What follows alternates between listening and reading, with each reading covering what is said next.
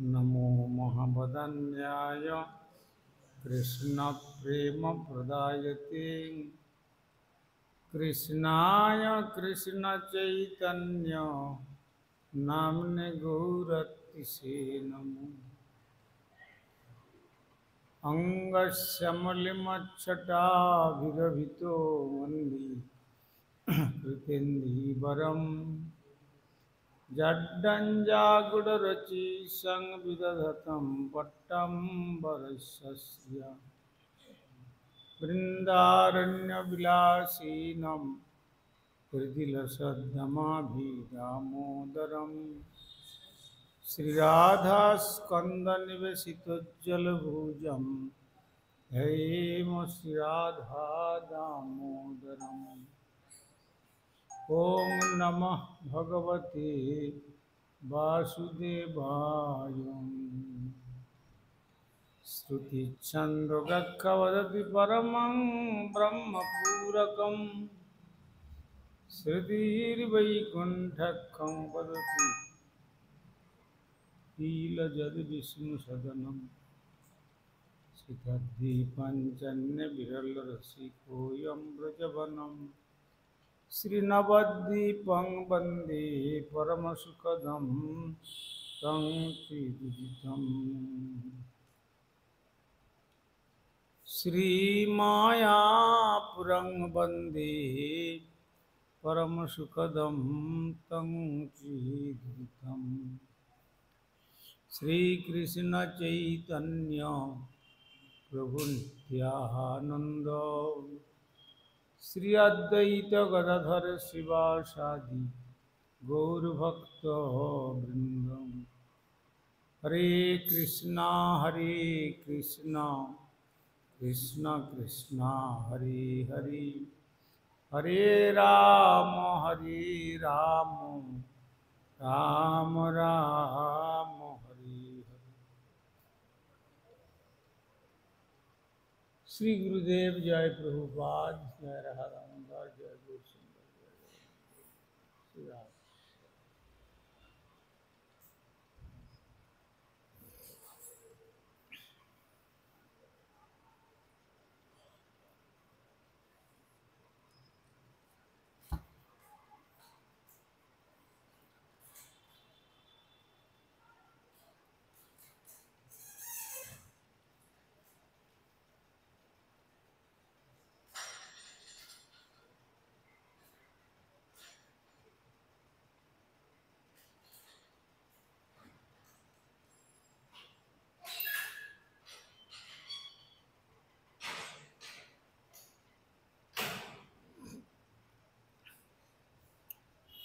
আমরা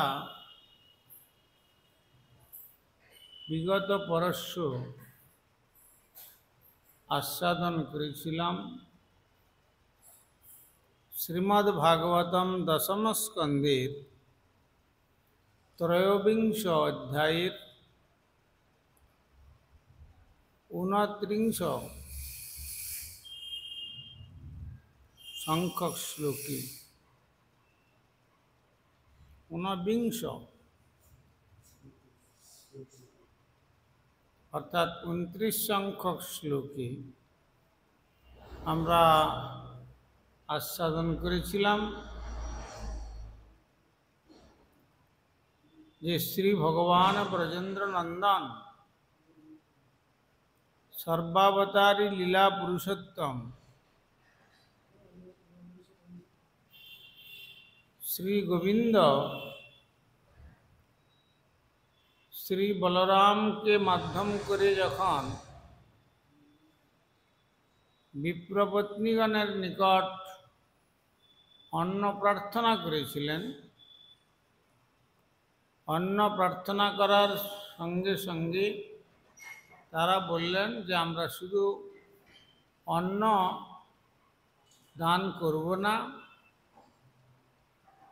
अपरेर हस्ते আমরা নিজ হস্তে এবং নিজেরাই নিয়ে গিয়ে শ্রীকৃষ্ণ বলরাম এবং সখাগণ সকলকেই ভোজনে তৃপ্ত করাব। এক তো হচ্ছে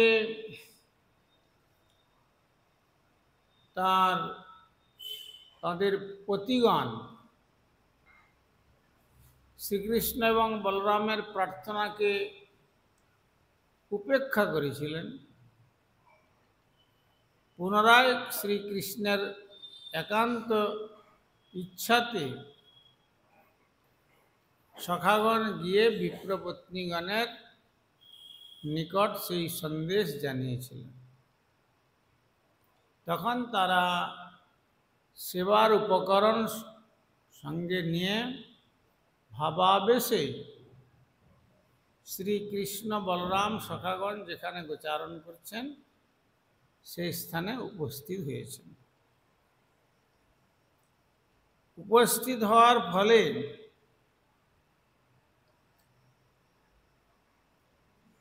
শ্রী ভগবান তাদের পরীক্ষা করবার জন্য স্বাগত সম্বর্ধনা জানিয়েছিলেন, বিশ্রামের জন্য নির্দেশ দিয়েছিলেন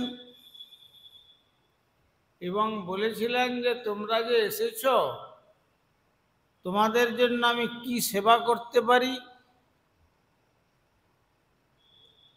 আর আমাকে যে দর্শন করবার জন্য তোমরা এসেছ এটা তোমাদের উপযুক্ত কার্যই হয়েছে।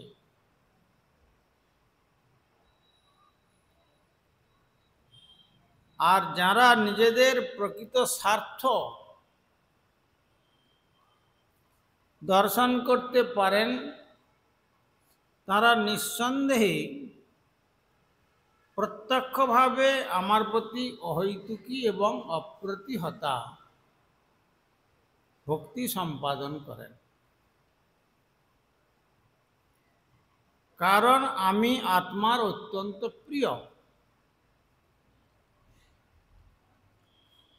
আমার প্রতি যারা অপ্রতিহতা ভক্তি মানে কোনো প্রকারে কোনো বাধা আসলেও ভগবান শ্রীকৃষ্ণের সেবা থেকে তাকে প্রতিহত করতে পারে না, সমস্ত বাধাকে অতিক্রম করে গুরুপাদ পদ্মের আনুগত্যে শ্রী গৌর গোবিন্দের সেবায় আত্মনিয়োগ করেন। এইটি হচ্ছে প্রকৃত ভক্তের লক্ষণ। এই জন্য অপ্রতিহতা ভক্তি সে কথাও আমরা আস্বাদন করেছি। ভক্তি মানে রূপ গোস্বামীপাদ বলেছেন, ভজ ইত্যেষ বৈধাতুং সেবায়াং পরিকীর্তিত অতঃ সেবা বুধৈর প্রক্তা ভক্তি শব্দেন ভূয়সী।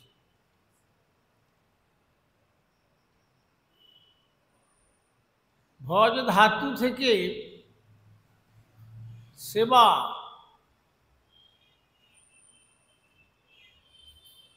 কথা কীর্তিত হয়েছেন। ভজধাতু সেবায়াং, তার মানে ভক্তি মানে ভজন, ভজন মানে সেবা। সেবা মানে ভক্তি, ভক্তি মানে সেবা। এটি এক তাৎপর্যপদ। অতএব এই প্রকার অপ্রতিহতা ভক্তি সম্পাদন করে থাকেন তারা, কারণ তারা বহু বহু জীবনের সৌভাগ্যের ফলে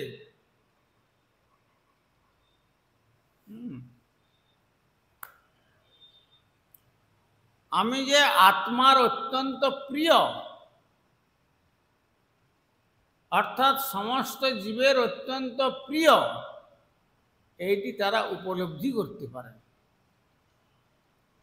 আর প্রকৃতপক্ষে জগতের কেউ আমাদের প্রিয় নয়। আত্মারূপে যে শ্রী ভগবান, তিনি আমাদের প্রকৃত প্রিয় বান্ধব। এটি হচ্ছে যারা সৌভাগ্যবান, এবং নিঃসন্দেহে সেই দক্ষ ব্যক্তিগণ প্রত্যক্ষভাবে আমার প্রতি অহৈতুকী এবং অপ্রতিহতা সেবাবৃত্তি সম্পাদন করেন। এটি তাদের বুদ্ধিমানের বুদ্ধিমত্তার যথার্থ পরিচয়, এ কথা জানিয়েছেন। তারপরে বলেছেন কি না, আত্মার সঙ্গে সম্পর্কের ফলেই আমাদের প্রাণ, বুদ্ধি, মন, স্বজন, দেহ, স্ত্রী, সন্তান, সম্পত্তি, ধন সম্পদ এই সমস্ত কিছু সংগ্রহ করবার সুযোগ আছে। কার সম্বন্ধ সূত্রে? আত্মার সম্বন্ধ সূত্রে। যদি আত্মা যদি চলে যান শরীর থেকে, তাহলে আর এই সমস্ত কোনো কিছুর প্রতি আর কোনো আকর্ষণ থাকে না। বুদ্ধিও চলে যায়, তার সঙ্গে মনও চলে যায়, স্বজনদেরকেও তখন ছেড়ে চলে যেতে হয়, আর দেহটাকেও তো ছাড়তে হয়। আর অত্যন্ত আসক্তি যে মানুষের স্ত্রীর প্রতি পুরুষের এবং পুরুষের প্রতি স্ত্রীর, সেই স্ত্রীকেও ছেড়ে যেতে হয়, স্বামীকেও ছেড়ে যেতে হয়। আর একান্ত যে সন্তান এত প্রিয়, সেই সন্তান তখন করে কি, যাকে এত ভালোবাসছিল সেই সন্তান তখন তার সেই দেহটার মুখে আগুন দেয়।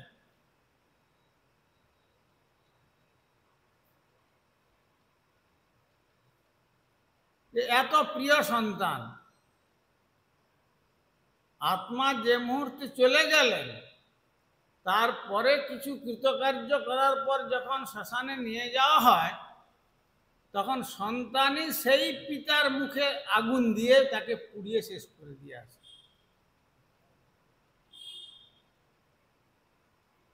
আমাদের নরোত্তম ঠাকুর এই জন্য বলছেন যে মরলে পর সন্তান মুখে আগুন দেয়।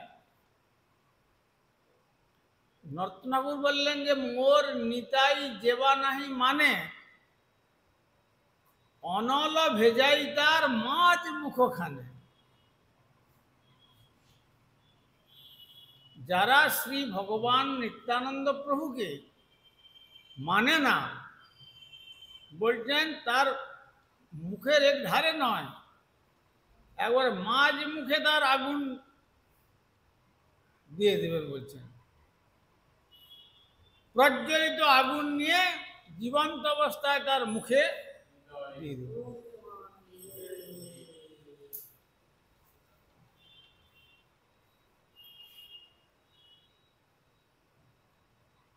তো সুতরাং তাহলে এর দ্বারা আমরা কি বুঝতে পারলাম?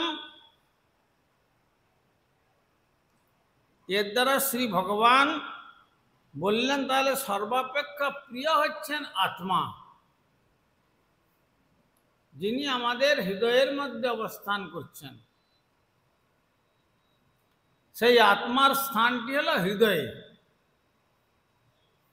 হৃদয়ে অর্জুন তিষ্ঠতি, ভগবান বলেছেন অর্জুনকে আমি হৃদয়েই থাকি।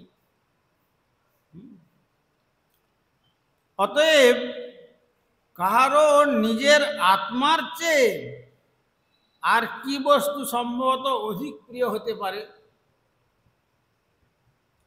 তাহলে আত্মাই হচ্ছে প্রকৃতপক্ষে আমাদের প্রিয়, কিন্তু সেই আত্মাকে সম্বন্ধ করে অপ্রিয় বস্তুকে আমরা প্রিয় বলে মনে করি।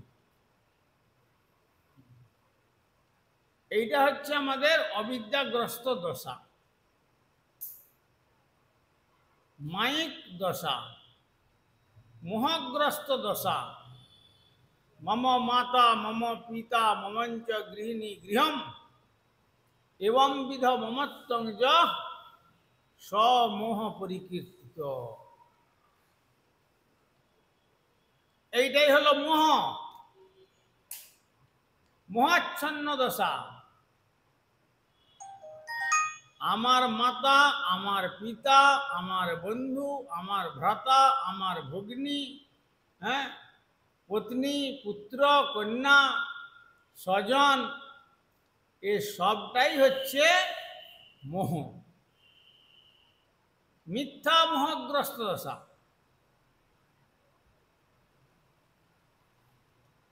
কিন্তু এটা যে মিথ্যা সেটা আমরা বুঝে উঠতে পারি না।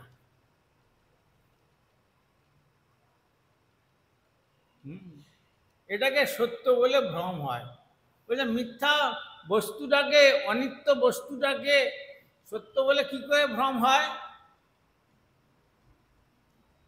আমার গুরুপাদ পদ্ম একবার বলছিলেন যে কলকাতা কোনো এক থিয়েটার হলে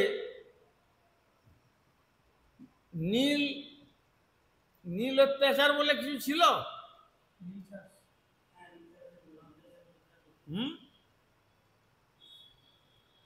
সেইটা হচ্ছে ওই থিয়েটারে শো করছিলেন। তো সেই সময় এমন অত্যাচার করছে, সেই দর্শনার্থীর মধ্যে বিদ্যাসাগর ছিলেন। তখন তিনি ভুলে গেছেন যে একটা থিয়েটার হলে তিনি বসে বসে দেখছেন। নিজের পায়ের জুতো খুলে ছুঁড়ে মেরেছেন তাকে, সেই নীল অত্যাচার। তখন তিনি বললেন যে বাহ, আজকে আমার এই যে আমি যে অভিনয় করেছি, আমার অভিনয়টা সার্থক হয়েছে। হ্যাঁ, মানে অভিনয়টা এইরকম ধরনের হচ্ছে। আমাদের আচার্য মহারাজ একবার বলছিলেন যে কোনো এক সিনেমা হলেতে সিনেমা দেখতে গেছেন, তারপর সিনেমাতে সেখানে প্রবল বর্ষা শুরু হয়ে গেছে। তো দেখতে দেখতে মানুষ এমনভাবে সে মানে তন্ময় হয়ে গেছে, আরে ভিজে যাবো হয়তো, সঙ্গে সঙ্গে ব্যাগ থেকে ছাতা বের করে ছাতা ফুটিয়ে ধরছে। তখন পাশের শ্রোতা দর্শনার্থী বলছে, আরে ছাতা ফুটাচ্ছ কেন? এই প্রবল বর্ষা শুরু হয়ে গেছে। কিন্তু একেই বলে মোহ। যেটা যে বস্তু নয় তাকে সেই বস্তু বলিয়া ভাবার নাম মোহ। বাবা আমার নয়, কিন্তু বাবাকে আমার বাবা বলে ভাবা। পুত্র আমার নয়, পুত্রকে আমার পুত্র, এই যে ভাবনা। পত্নী পতির নয়, কিন্তু সে বলছে দেখো তোমাকে ছাড়া আমি মানে ক্ষণকালও থাকতে পারি না। তো ইত্যাদি ইত্যাদি জগতের যা কিছু সবটাই মায়া, মোহগ্রস্ত দশা। এই মোহগ্রস্ত দশাটা জীবের কেন হয়? ভগবানের পাদ পদ্ম ভুলে যাওয়ার জন্য। পিশাচি পাইলে যেন মতিচ্ছন্ন হয়, মায়াগ্রস্ত জীবের হয় সেভা উদয়। ভূতে পেলে যেমন ভুল বকতে থাকে, সে যে গাছে ছিল সেই গাছের তার ঘর, সেটাকে বলবে। তার বাবা হয়তো কাছে বসে আছে, তাকে জিজ্ঞাসা করলে তার বাবার নাম যে আত্মাটা থেকে এসছে সে প্রেতজনী হয়ে, সেই বাবার কথা বলবে। কেন? ভূতে পেয়েছে। এই জন্য পিশাচি পাইলে যেন মতিচ্ছন্ন হয়, মায়াগ্রস্ত জীবের হয় সেভা উদয়। মায়াগ্রস্ত জীব তাই ভগবানের আরাধনা করাটা দরকার, প্রকৃত কর্তব্য। সেই কর্তব্যটা ভুলে গিয়ে মোহগ্রস্ত দশায় যেটাকে অকর্তব্য সেটাকে কর্তব্য বলে মনে করে নিয়েছে। আর যেটি কর্তব্য তাকে অকর্তব্য বলে ভগবানকে দূরে সরিয়ে দিয়েছে। তাই এখানে শ্রী ভগবান বিপ্রবর্তীদের বললেন যে প্রকৃতপক্ষে আমি যে তাদের প্রিয় আর অধিক প্রিয়তর কেউ নয়। তো তাই যাক, তোমরা এখন আমার জন্য যে সেবা করেছো এটা যথার্থই হয়েছে। তো তোমাদের এখন যজ্ঞস্থলে ফিরে যাওয়া দরকার। প্রতিজাতম গৃহম সর্বে, তোমরা সকলে গৃহে ফিরে যাও। কারণ তোমাদের জ্ঞানী ব্রাহ্মণ পণ্ডিতগণ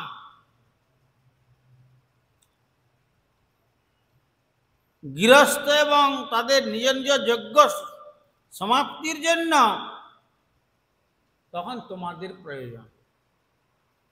কেন না তোমরা তাদের অর্ধাঙ্গিনী। সে যদি একা যজ্ঞ কার্য সম্পাদন করে তাহলে তো পূর্ণ কার্য হবে না। অতএব পতি পত্নী উভয়ে মিলে যজ্ঞ কার্য সম্পন্ন করবে। তোমরা আর কাল বিলম্ব করো না, শীঘ্র তোমরা ফিরে যাও। এই কথা যখন বললেন তখন বিপ্রপত্নীগণ বলছেন, মৈবং বিভোর অর্হতি ভবান গদিতুম নিশংসং সত্যং কুরুষ্য নিগমম তব পাদমূলম প্রাপ্ত্যা বয়ম তুলসীদাম পদাবসৃষ্টম কেশৈর্নির্বড়ুমতি লঙ্ঘ সমস্ত বন্ধুম। তখন সেই বিপ্রপত্নীগণ কি বলেছিলেন?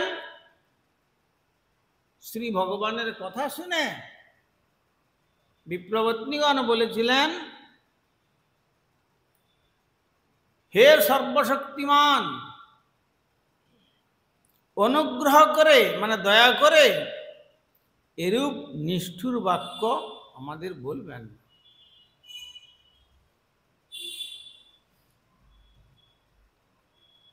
কিন্তু আমরা হলে কি মনে করতাম? আমরা হলে মনে করতাম যে হ্যাঁ বাহ, হ্যাঁ ত্যাগ জীবন যাপন করতে এসছে তো, হ্যাঁ ঘরে ফিরে যেতে বলছে, কত ভালো কথা, বাহ বাহ খুব ভালো। সেখানে আর প্রতিবাদের পরিবর্তে বিপ্রপত্নীগণ বলছেন, হে সর্বশক্তিমান, অনুগ্রহ করে এইরূপ নিষ্ঠুর বাক্য বলবেন না। এই কথা কি বলো? ওই জন্য তো কথাগুলো ওখানে বাইরে বক্তৃতা করতে গিয়ে সব ভুল করে বসো, কথা তো শোনো না, সবটা তো ভাগবত পড়ো না। কৌমার আচরের প্রাজ্ঞ বলে যে বসে আছো, 3 বার চা খাচ্ছ এখানে ওখানে, সভা সমিতি এরকম চলে?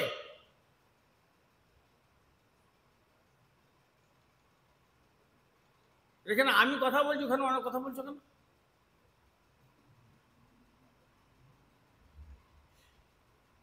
আমার গুরু মহারাজ বলতেন যে ভাগবত কথা যে শুনবে তাকে যদি কাল সর্প এসে সামনে দংশন করে তবু সে দেখতে পাবে না, এমন তন্ময় হয়ে ভগবানের কথা শুনবে। ভক্তিভূদেব সৌতি গোস্বামী মহারাজ তাই বলতেন। আর তোমাদের তার দিকে মুখ মাখানো, তার দিকে দাঁত বের করে হাসা, তার দিয়ে ঠেলা ঠেলি, এইসব কাণ্ড হয়।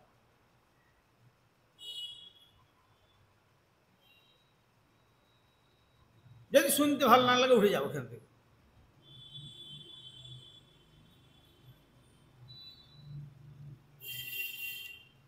তো ব্রাহ্মণ পত্নীগণ তখন উত্তর করলেন যে হে সর্বশক্তিমান,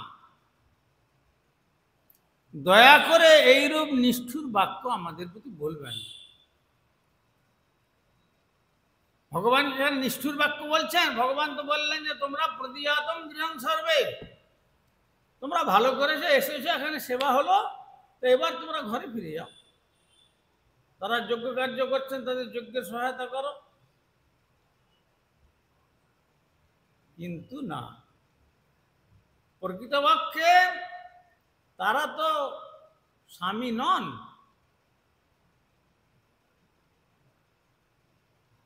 তাহলে সেখানে তার সঙ্গে কার্য করলে কি ফল হবে? সেখানে তো এই যে বেদের যে কর্মকাণ্ডীয় যজ্ঞ, সেখানে ভক্তিনাথ ঠাকুর বলেছেন কর্মকাণ্ড জ্ঞানকাণ্ড কেবলই বিষের ভাণ্ড, অমৃত বলিয়া যে বা খায়, কদর্য ভক্ষণ করে নানা জনি সদা ফিরে, তার জন্ম অধঃপতি যায়।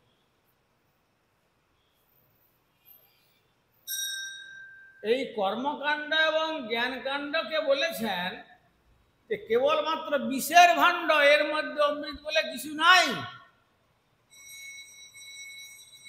কিন্তু যারা অমৃত বলে ভোজন করলো, বিষ ভাণ্ডার থেকে বিষ নিয়ে যদি কেউ আহার করে, তাহলে কি হবে? তার মৃত্যু।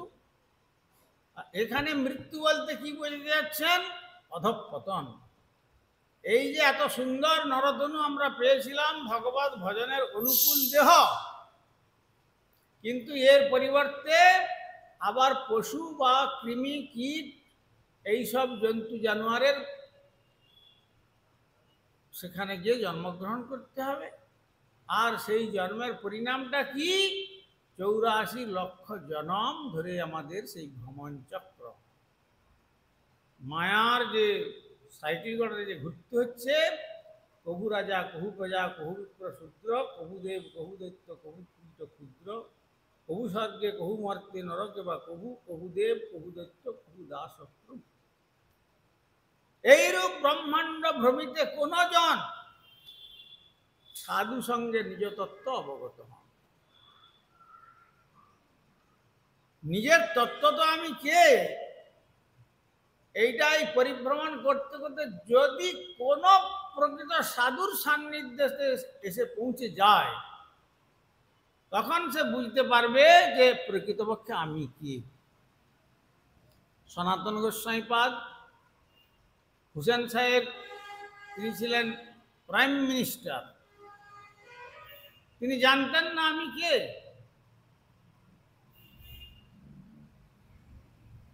মহাপ্রভুর চরণ প্রান্তে বসে সেই কাশীতে দশাশ্বমেধ ঘাট, সেখানে জিজ্ঞাসা করছেন কে আমি, কেন মরে যারে তাপত্র, ইহা নাহি জানি কই সহিত হয়, সাধ্য সাধন তত্ত্ব বুঝিতে না জানি, কৃপা করি সৈব তত্ত্ব কহত আপন। কে আমি? আমরা তো আমাদের নামের পরে কত রকম ডেজিগনেশন দিই। আমি এই ব্যক্তি, আমি কাব্য ব্যাকরণ সাংখ্য সরদর্শন তীর্থ, হ্যাঁ, MA PRS, ডিলিট, ব্রাহ্মণ ক্ষত্রিয় বৈশ্য শূদ্র, কত কিছু, ব্রহ্মচারী গৃহী বানপ্রস্থ সন্ন্যাসী মহারাজ, কত রকম কিছু আমরা দিয়ে দিই আমাদের পরিচয়। সনাতন গোস্বামী জিজ্ঞাসা করলেন মহাপ্রভু চরণে যে আমি কে। সেই প্রশ্নের উত্তরে মহাপ্রভু উত্তরটা কি দিলেন? জীবের স্বরূপ হয় কৃষ্ণের নিত্য দাস, কৃষ্ণের তটস্থা শক্তি ভেদাভেদ প্রকাশ। সনাতন শুধু তোমার নয়, অনন্ত জীবের সত্তা হচ্ছে কৃষ্ণের নিত্য দাস। আর সেই কৃষ্ণের তটস্থ শক্তি, জীব শক্তিকে বলা হয় তটস্থ শক্তি।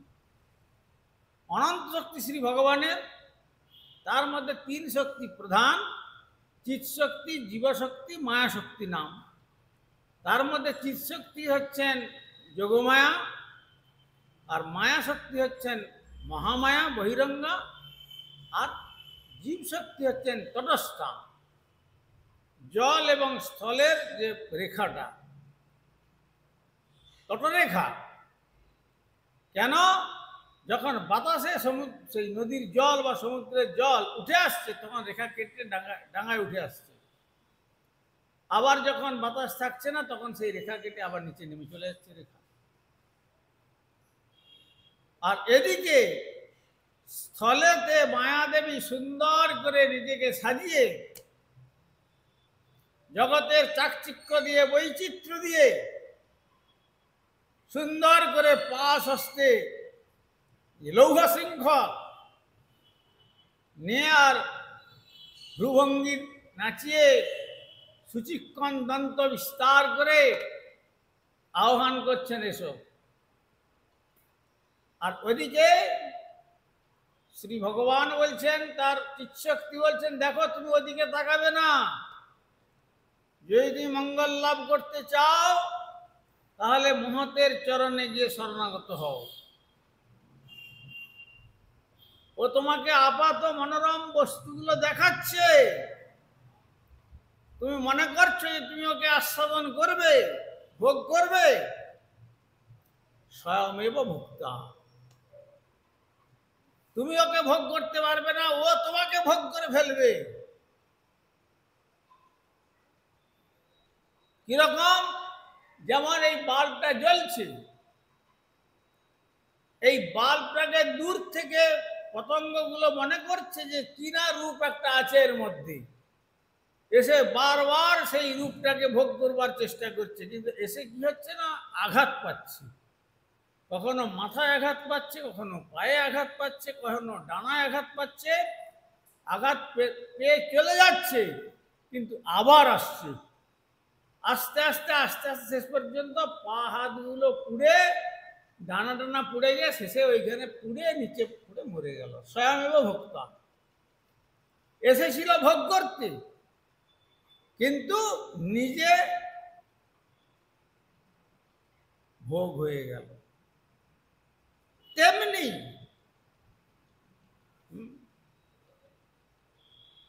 এই জগতে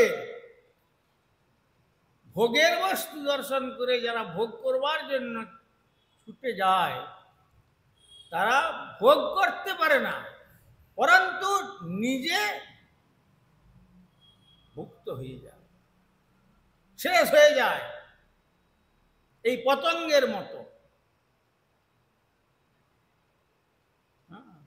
সুতরাং তখন শ্রী ভগবান সেই যাজ্ঞিক পত্নীগণকে উত্তর দিয়ে বলছেন, যাজ্ঞিক পত্নীগণ তখন শ্রী ভগবানের এই কথার পরিবর্তে উত্তর দিলেন কি, হে সর্বশক্তিমান, অনুগ্রহ করে এরূপ নিষ্ঠুর বাক্যটা বলবেন, পরে তো কেউ নয়। কারণ কোন কোন রসিক ভক্ত তারা বলেন যে শ্রী ভগবান তাদের যুক্তি দেখিয়েছিলেন, দেখো পতি সেবার মতো আর গুরুত্বপূর্ণ জিনিস কিছু হয় না। তখন তারা বললেন, কিরকম? তাহলে তোমাদেরকে একটা আখ্যায়িকা বলি, শোনো। যে এক বৈদিক ব্রাহ্মণ, তিনি প্রত্যহ, যেটা আজ তুমি বলতে ভুলে গেছিলে, সাগ্নিক বিপ্র,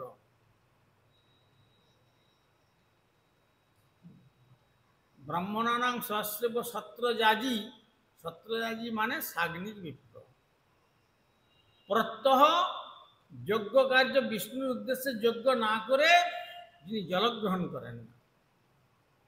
তো সেই রকম বিপ্রের কথাটি শ্রী ভগবান উদ্ধৃতি দিচ্ছেন যে দেখো, বিপ্রটি বলছেন যে আমি তো চোখ বন্ধ করে মন্ত্র বলে যাব ইষ্টদেবকে স্মরণ করতে করতে, আর তার ধর্মপত্নীকে বললেন যে দেখো তুমি আমার ধর্মপত্নী, আমি যখনই মন্ত্র বলবো তখন স্বাহা বলার সঙ্গে সঙ্গে তুমি ঘৃত আহুতি দেবে অগ্নিতে।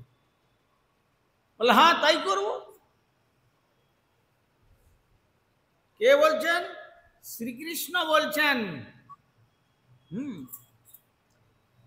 এদিকে পতি আহুতি দিচ্ছেন মন্ত্রের দ্বারা, আর পত্নী ঘৃতাহুতি দিচ্ছেন, আর ওই দিক থেকে তার নিজের 5-6 মাসের ছেলে হামাগুড়ি দিতে দিতে দিতে দিতে দিতে দিতে মা মা বলতে বলতে ঠিক যজ্ঞকুণ্ডের কাছে এসে গেছে। আর একটু হলেই যজ্ঞকুণ্ডে পড়ে যাবে। বলো তাহলে সে কি করবে? কৃষ্ণ বলছেন যে যদি পতির আদেশ সে প্রতিপালন করে তাহলে ছেলে আগুনে পুড়ে মরে যাবে, আর যদি পতির আদেশ প্রতিপালন না করে, ছেলেকে রক্ষা করে, তাহলে পতিব্রতা ধর্ম নষ্ট হবে। পতির আদেশ না মানলে পতিব্রতা ধর্ম নষ্ট হবে, তুমি তার ধর্মপত্নী, তার থেকে বঞ্চিত হবে। কি করবে? তখন বলছে ঠিক আছে, সে পুত্র যায় যাক, পুত্র তো বহু জন্ম লাভ করেছি, একজনে পুত্র যাক, কিন্তু পতির কথাতেই আমি থাকবো অটল। তিনি যখন ঘৃতাহুতি দিচ্ছেন, এমন পতিব্রতা ধর্মের গুণ, অগ্নিদেব বলছেন যে এই রকম পতিব্রতা রমণীর পুত্রকে যদি আমি আমার দাহিকা শক্তি প্রদান করে ওকে দহন করে দিই, তাহলে তো ব্রাহ্মণ, ওই যাজ্ঞিক ব্রাহ্মণ তখন তো মন্ত্রের দ্বারা আমার দাহিকা শক্তিটা কেড়ে নেবে। এই বলে তখন পতির সেই পুত্র যখন পড়ে গেল অগ্নিতে, তখন অগ্নিদেব তাকে অতি সুন্দরভাবে সযত্নে সংরক্ষণ করলেন। আর যজ্ঞের শেষে ছেলেটি হাসতে হাসতে বেরিয়ে আসলো। শুনেছ পতি সেবার কত ফল? এই কথা বল। তখন তারা বলছেন, হ্যাঁ তাহলে কৃষ্ণ আমাদেরও একটা প্রশ্ন আছে, আমাদেরও একটা আখ্যায়িকা তুমি শোনো। কি সেই আখ্যায়িকা? না কোন পতি তীর্থ পর্যটনে যাবেন, ধর্মপত্নীকে বলছেন যে দেখো পথে নারী বিবর্জিতা কথায় বলে, কোনো ভালো কার্যেতে যদি স্ত্রী জাতিকে নিয়ে যাওয়া যায়, তাতে স্ত্রী জাতির থেকে নানা রকম উপদ্রব সৃষ্টি হতে পারে। আর এক যদি সুন্দরী স্ত্রী হয়, তাহলে তাকে রক্ষা করবার জন্য যে কাজের উদ্দেশ্যে যাবে, সে কাজেও বিঘ্ন ঘটে যাবে। মানে কখন কি ঘটবে কেউ বলতে পারে না। সুতরাং বুদ্ধিমান ব্যক্তিগণ স্ত্রীকে কখনো সঙ্গে নেবে না। স্ত্রীরা বলছেন যে এইরকম ভাবে বলে তখন যখন বলছেন স্বামীরা সঙ্গে নেবেন না, তখন স্বামী বলছে দেখো আমি আমার মতো একটি সুন্দর মূর্তি তৈরি করে মাটি দিয়ে, একবার অবিকল আমার মতো এখানে দিয়ে যাচ্ছি, তুমি তোমার প্রত্যহ যেমন তুমি ফুল চন্দন আদি দিয়ে আমাকে পুজো করো, তেমনি পুজো করবে, তার দ্বারাই প্রতিসেবার ফল হবে তুমি।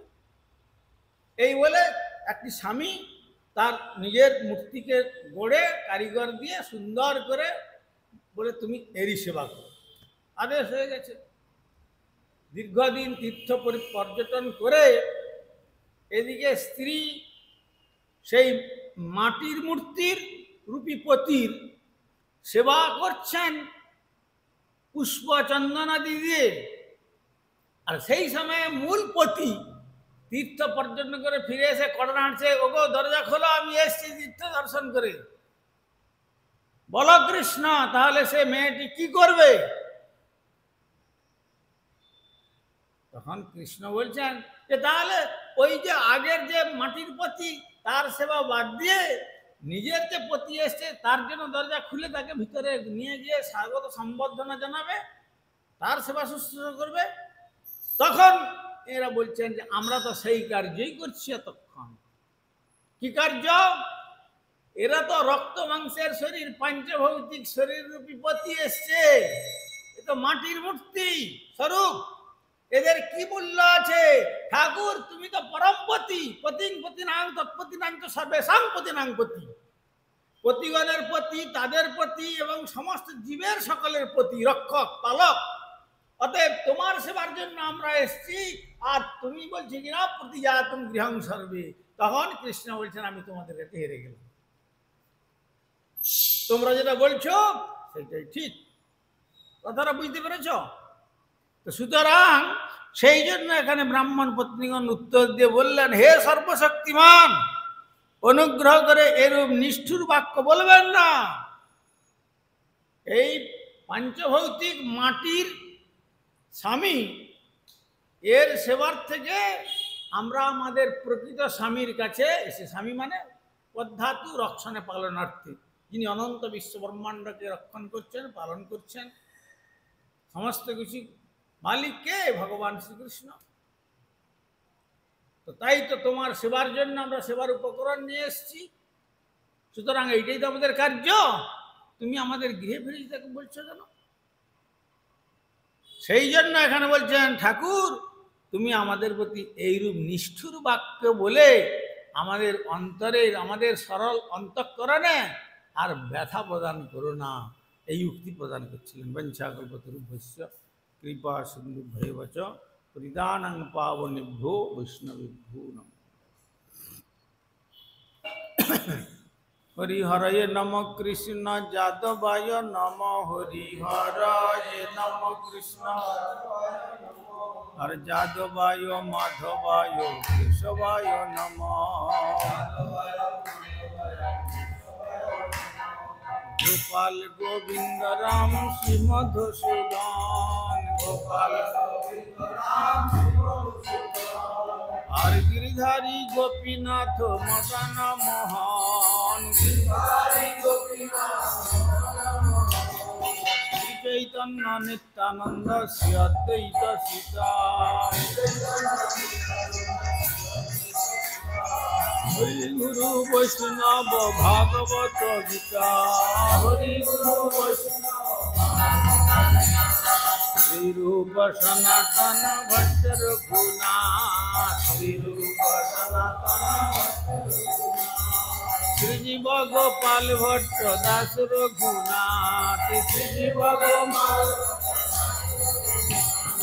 এই ছয় গোসাইর করি চরণ বন্দন, আর যাহা হইতে বিঘ্ন না সবিষ্ট পুরাণ, এই ছয় গোসাই যার মুনি তার দাস, আর দশবার পদরেণু মোর পঞ্চরাত, দশবার নাদের চরণ সেবী ভক্ত শনেবা,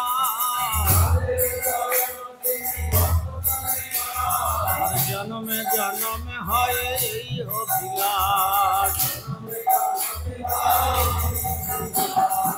এই ছয় গোসাই যাবে ব্রজে কইলা বাস, রাধা কৃষ্ণ নিত্য লীলা করিলা প্রকাশ, আনন্দে বল হরি ভজ বৃন্দাবন, মনে আনন্দে শ্রী গুরু বৈষ্ণব পদে মজাইয়া মন, শ্রী গুরু বৈষ্ণব পাদ পদ্ম করিয়া, নাম সংকীর্তন কহে নরোত্তম দাস, হরে কৃষ্ণ কৃষ্ণ কৃষ্ণ হরে হরে, হরে রাম রাম রাম হরে হরে, হরে কৃষ্ণ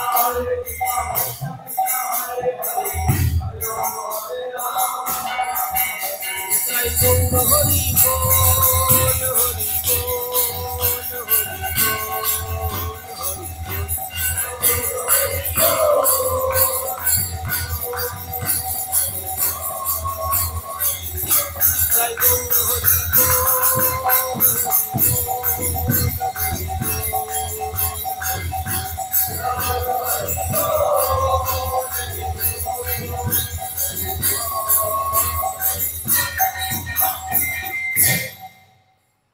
श्री गुरु गौरांग गंधर्विका गिरिधारी श्री राधा गोविंद गोपीनाथ मदन मोहन श्री जगन्नाथ बलदेव सुभद्रा श्री राधा रमन देव धमेश्वर श्री गौर सुंदर श्री श्री जगन्नाथ देव श्री गिरिराज महाराज श्री राधा दामोदर जीव ग्रंथराज श्रीमद भागवतम तुलसी महारण तथा संध्याकालीन भागवत अधिवेशन महामहोत्सव की जय। परमाराध्य श्री गुरुपाद पद्म विष्णुपाद श्री श्रीमद भक्ति कुमुद संत गोस्वामी ठाकुर की जय।